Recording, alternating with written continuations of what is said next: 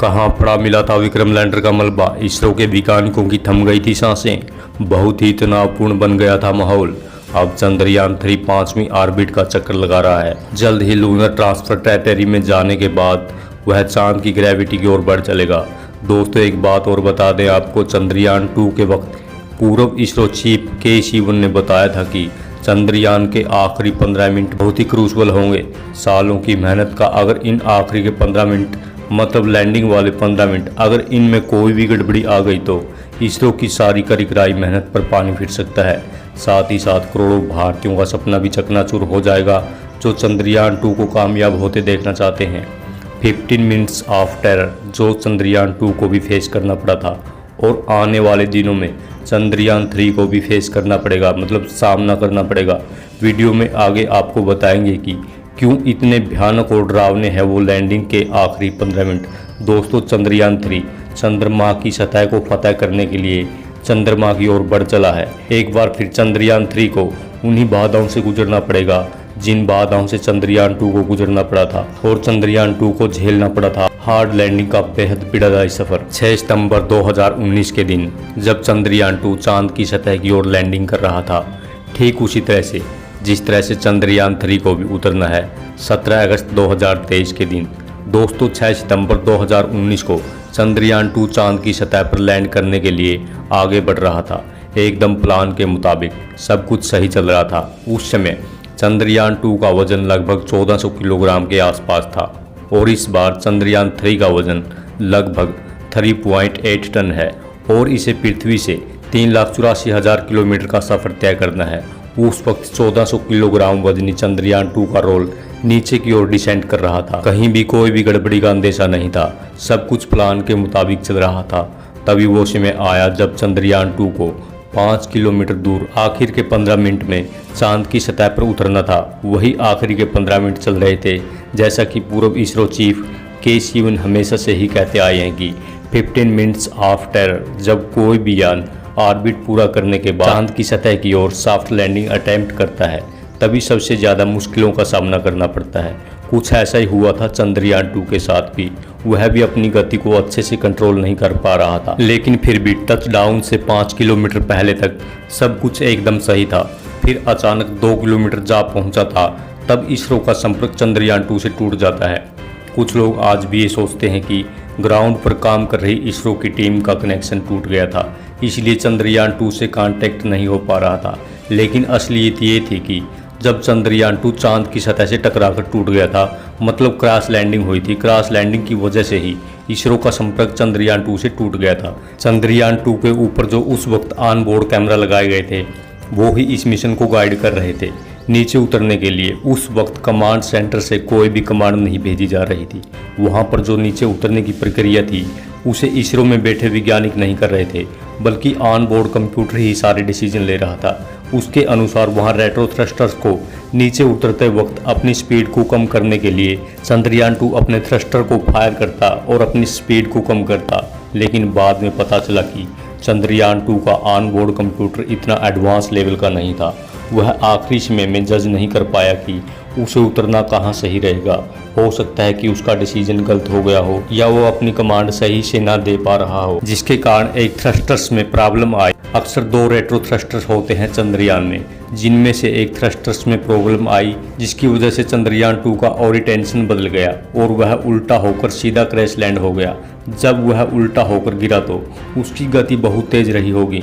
Landing से पहले plan किया गया था कि वह 7-8 किलोमीटर प्रति घंटा की रफ्तार से ही नीचे उतरेगा, लेकिन लगता है उसे कहीं तेज गति से नीचे आया, क्योंकि उसे जो रेट्रो थ्रस्टर थे वो उल्टा होने की वजह से उन्होंने गति को कम करने की बजाय और भी ज़्यादा बढ़ा दिया और वो जो लैंड था जहाँ पर उतरना था, जो साइड थी प्री प्लान की गई थी, वहाँ से 500 मीटर दूर जाकर क्रैश करता है और उसकी हार्ड लैंडिंग होती है, जिसकी वजह से उसका संपर्क इसरो से टूट जाता है। बताया जाता है कि उसकी जो डबरी थी वो 700 मीटर दूर जाकर गिरी थी, क्योंकि वहाँ की ग्रेविटी बहुत कम होती है जिससे चीज़ें बहुत दूर जाकर गिर सकती हैं।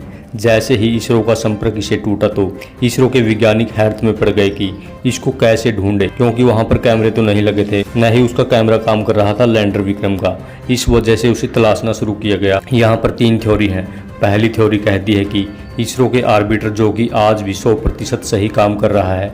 यह मिशन काफ़ी कॉम्प्लेक्स था और उसे इसरो की टीम भली भांति जानती थी कि लैंडिंग अटैम्प्ट हम फर्स्ट टाइम कर रहे हैं, मतलब सॉफ्ट लैंडिंग हो सकता है कि उसमें जो भी दिक्कत आए। इसलिए उन्होंने एक्सपेरिमेंट करने का जो पोलेट उन्होंने डाला था वह उन्होंने ऑर्बिट में ज़्यादा फिट किया था और लैंडर प्रज्ञान रोवर में कम किया था, जिसके चलते अगर इसकी सॉफ्ट लैंडिंग ना हो पाए तो यह मिशन पूरी तरह से फेल न हो जाए। 5% गैजेट्स ऑर्बिट में लगे थे, वही जो एक्सपेरिमेंट को अंजाम देते। देखिए हुआ क्या, ऑर्बिटर गोल गोल घूमता रहा और घूमते घूमते उसने वह एरिया मार्क किया जहां पर विक्रम लैंडर के होने की आशंका जताई जा रही थी, जहां पर उसकी लैंडिंग साइट थी। जिसके बाद उस थर्मल इमेजिंग की वजह से यह पता चल गया कि यहाँ गिरा था विक्रम लैंडर। लेकिन संपर्क साधने में थोड़ा समय लग रहा था। संपर्क साधने की कोशिश लगातार इसरो की तरफ से चल रही थी। उस वक्त वहां पर कोई भी डायरेक्ट कैमरा मौजूद नहीं था, इसलिए इसरो के पास उस वक्त वहां टेक्नोलॉजी नहीं थी। जब तक कि उसका ऑर्बिटर उस एरिया में न पहुंचता तब तक वह वहां की तस्वीर नहीं भेज सकता था। इससे पहले LRO लूनर जो अमेरिकी स्पेस एजेंसी नासा ने भेजा था वो चक्कर काट रहा था चंद्रमा के। उसने 3-4 बार फोटोग्राफ्स खींचकर भेजी। इसके बाद भारत के जो इंजीनियर थे जो स्पेस के बारे में दिलचस्पी रखते थे, एक प्रकार से उनकी आदत थी स्पेस के बारे में जानना, तो उन्होंने चंद्रमा की पुरानी और नई तस्वीरें निकाली और चेक किया कि चंद्रयान की लैंडिंग से पहले और चंद्रयान की लैंडिंग के बाद की जो फोटोग्राफ्स में क्या अंतर है। उन्होंने इसका डिफरेंस नजर आया और उसके बाद उन्होंने उस जानकारी को शेयर किया। साथ ही इसरो और नासा को भी बताया कि वो एरिया हो सकता है जहाँ पर चंद्रयान 2 गिरा है। 2 किलोमीटर के आसपास का वो एरिया था जिसको इसरो ने सॉफ्ट लैंडिंग के लिए प्लान किया था। उसी एरिया में चंद्रयान 2 का विक्रम लैंडर गिरा हुआ था। उसकी अच्छी तरह से जांच पड़ताल करने पर नासा ने उसका सारा क्रेडिट उस इंजीनियर को दिया जिसका नाम षणमुगम सुब्रमण्यन था, और उसने खोज निकाला कि चंद्रयान 2 का मलबा उसी 2 किलोमीटर के एरिया में पड़ा हुआ था जहां विक्रम लैंडर को उतरना था। इसके बाद इसरो और नासा ने भी कन्फर्म किया कि यहीं पर गिरा हुआ हो सकता है। दोस्तों, आपको बता दें कि जिस इलाके में चंद्रयान 2 विक्रम लैंडर गिरा हुआ है उस इलाके से ठीक 100 किलोमीटर दूर चंद्रयान 3 को लैंड करना है। अब की बार भी चंद्रयान 3 के सामने वो सभी दिक्कतें आने वाली है जो चंद्रयान 2 ने फेस की थी, लेकिन अब की बार चंद्रयान 3 को फेलियर बेस्ड मॉडल के आधार पर बनाया गया है। इस बार उसका जो ऑन बोर्ड कंप्यूटर है वह बहुत ही स्ट्रॉन्ग है, जिसके लेग्स को इतना स्ट्रॉन्ग बनाया गया है कि वो 20 से 22 किलोमीटर प्रति घंटे की स्पीड को भी आसानी से झेल सकते हैं। इसकी लेग्स में रियल फोर्स मेटल का इस्तेमाल किया गया है जो पहले से ज़्यादा मजबूत हैं ताकि वह पहले की तुलना में अधिक वेग से उतरने में सक्षम हो। लैंडर में भी बहुत सारे सुधार किए हुए हैं। इसरो अध्यक्ष सोमनाथ ने बताया कि हमने लैंडिंग वेग को 2 मीटर प्रति सेकंड से घटाकर 3 मीटर प्रति सेकंड कर दिया है। इसका मतलब ये है कि 3 मीटर प्रति सेकंड की रफ्तार से विक्रम लैंडर दुर्घटनाग्रस्त नहीं होगा। अधिक ईंधन और नया सेंसर दूसरा बदलाव है। अधिक व्यवधानों से निपटने के लिए विक्रम में अधिक फ्यूल को जोड़ा गया है जिसे यह वापस भी आ सके। इसमें लेजर डॉपलर वेलोसिटी नाम का एक नया सेंसर भी जोड़ा गया है जो चांद की सतह का अच्छी तरह से अध्ययन करेगा। कुल मिलाकर अब की बार इसरो ने कोई कोर कसर नहीं छोड़ी, इसलिए अब की बार उम्मीद की जा रही है कि इसरो इस मिशन को 100% कामयाब करके ही लौटेगा। दोस्तों, आपको क्या लगता है कि चंद्रयान 3 का विक्रम लैंडर 100% आराम से सॉफ्ट लैंडिंग कर पाएगा, या जिस प्रकार से चंद्रयान 2 के साथ हादसा हुआ था क्या ऐसा कोई हादसा चंद्रयान 3 के विक्रम लैंडर के साथ भी हो सकता है? इस बारे में आपकी क्या राय है? कमेंट करके जरूर बताएं कि इसमें क्या क्या समस्याएं आ सकती हैं। आज के लिए इतना ही दोस्तों, वीडियो देखने के लिए आपका दिल से धन्यवाद।